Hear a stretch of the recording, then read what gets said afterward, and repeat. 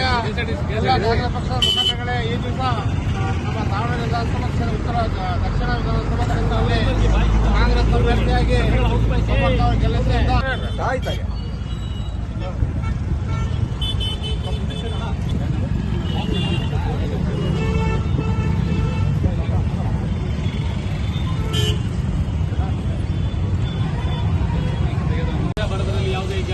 ಅನುಮಾನ ಇಲ್ಲ.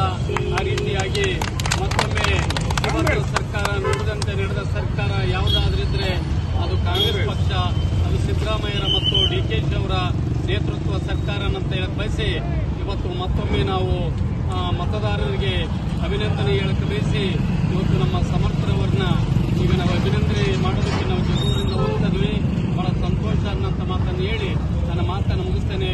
ಬಲವು ಭಾರತ್ ಮತಾಕ್ಕೆ, ಕಾಂಗ್ರೆಸ್ ಪಕ್ಷಕ್ಕೆ, ಸಮರ್ಥರವರಿಗೆ, ಸಿದ್ದರಾಮಯ್ಯ ಅವರಿಗೆ, ಹಲೋ ಭಾರತ್ ಮತಾಕ್ಕೆ.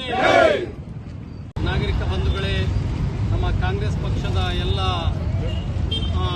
ಮತದಾರ ಬಂಧುಗಳೇ ಮತ್ತು ಮುಖಂಡರೇ, ಈಗಾಗಲೇ ನಿಮಗೆ ತಿಳಿದಿರಂತ ಏನು 2 ಉಪಚುನಾವಣೆ ದಾವಣಗೆರೆ ಮತ್ತು ಬಾಗಲಕೋಟೆಯಲ್ಲಿ ನಮ್ಮ ಪಕ್ಷಕ್ಕೆ ಆಶೀರ್ವಾದ ಮಾಡಿ ಏನು ಅಕಾಲಿಕ ಮರಣಕ್ಕೆ ತುತ್ತಾದಂಥ ಭೇಟಿ ಮತ್ತು ಶಾಮನೂರು ಶಿವಶಂಕರಪ್ಪಾಜಿ ಅವರ ಸಾವಿನಿಂದ ತೆರವಾಗಿರ್ತಕ್ಕಂಥ 2 ಉಪ ಚುನಾವಣೆಯಲ್ಲಿ ಸ್ಪರ್ಧೆ ಮಾಡಿದಂಥ ಸಮರ್ಥ್ ಮತ್ತು ಉಮೇಶ್ ಭೇಟಿ ಅವರು ಅತ್ಯಂತ ಬಹುಮತದಿಂದ ಇವತ್ತು ಉಪಚುನಾವಣೆ ಮತ್ತೊಮ್ಮೆ ಜನ ನಮ್ಮ ಪಕ್ಷಕ್ಕೆ ಆಶೀರ್ವಾದ ಮಾಡಿದರೆ ಇದು ನಿಜವಾಗ್ಲೂ ಈ ರಾಜ್ಯದ ಜನತೆ ಕಾಂಗ್ರೆಸ್ ಪಕ್ಷದ ಮೇಲೆ ಇಟ್ಟಂತ ಪ್ರೀತಿ ವಿಶ್ವಾಸದಿಂದ ನಮ್ಮ ಪಕ್ಷದವು ತೆರವಾಗಿರ್ತಕ್ಕಂಥ ನಮಗೆ ದಕ್ಕಿರೋದು ಬಹಳ ಸಂತೋಷದ ವಿಷಯ.